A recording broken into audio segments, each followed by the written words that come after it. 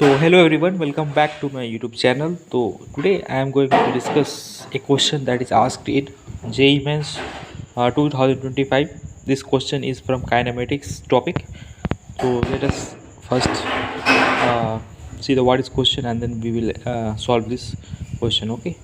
So first of all, it is given that particle is projected at an angle of 30 degree from horizontal at a speed of 60 meter per second. Okay. The height traversed by the particle in the first second is h0, and height traversed in the last second before it reaches the maximum height is h1. Okay, so question हमें पूछ रहा है यहाँ पे find the ratio of h0 by h1, मतलब हमें height का ratio calculate करना है। इनिशियली जो पार्टिकल जो प्रोजेक्टाइल मोशन कर रहा है यहाँ पे, तो फर्स्ट सेकेंड के अंदर फर्स्ट सेकेंड के अंदर उसने कितना हाइट ट्रेवल किया इन द फर्स्ट सेकेंड, वो हमें कैलकुलेट करना है। तो वो हमें h0 हो जाएगा वो हाइट। तो हम कैसे कैलकुलेट करेंगे, पहले इस वेलोसिटी का हम क्या करेंगे, कंपोनेंट करेंगे। तो ये हमारा एक्स एक्सिस और ये वाई एक्सिस हो जाएगा।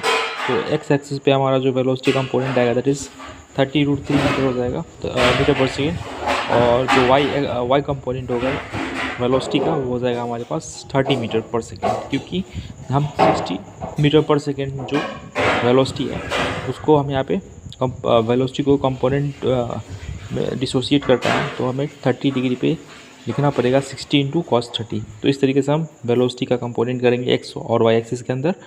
अब हमें क्या कैलकुलेट करना है कि पार्टिकल जो है कितना हाइट ट्रेवल किया, एक सेकेंड के अंदर कितना हाइट ट्रेवल किया। ऑब्वियस ही बात है, पार्टिकल यहाँ पे 1 सेकेंड के बाद जो पार्टिकल जो हाइट ट्रेवल करेगा वो हो जाएगा हमारे पास that is ut minus half into g into time का स्क्वायर। तो यहाँ पे जो इनिशियल वेलोसिटी है 30 हो जाएगा, एक्स एक्सिस में वाई एक्सिस में जो वेलोसिटी दे रखा है 30 मीटर पर सेकेंड, तो ये हो जाएगा 30। और टाइम हमें कैलकुलेट करना है 1 सेकेंड के लिए।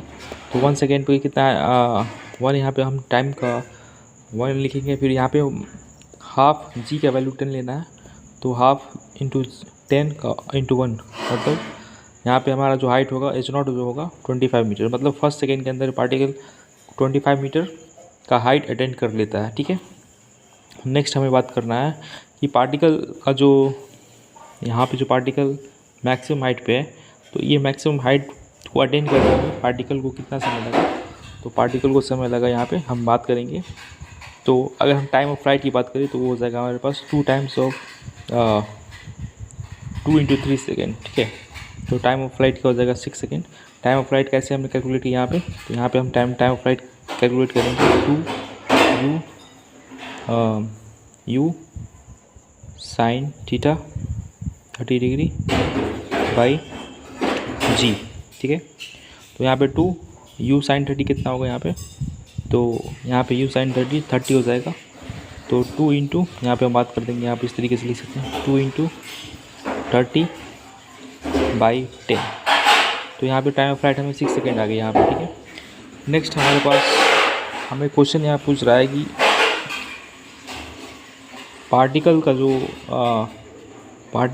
लास्ट सेकेंड में जब वो पार्टिकल जो है वो लास्ट सेकेंड में before reaching the maximum height को अटेंड करने से पहले पार्टिकल जो है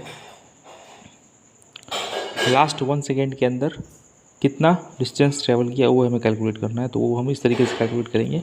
तो हम बोल सकते हैं कि time taken to reach the maximum height कितना हो जाएगा 3 सेकेंड, क्योंकि जो टाइम ऑफ फ्लाइट है उसका जस्ट आधा हो जाएगा दैट इज़ 3 सेकेंड।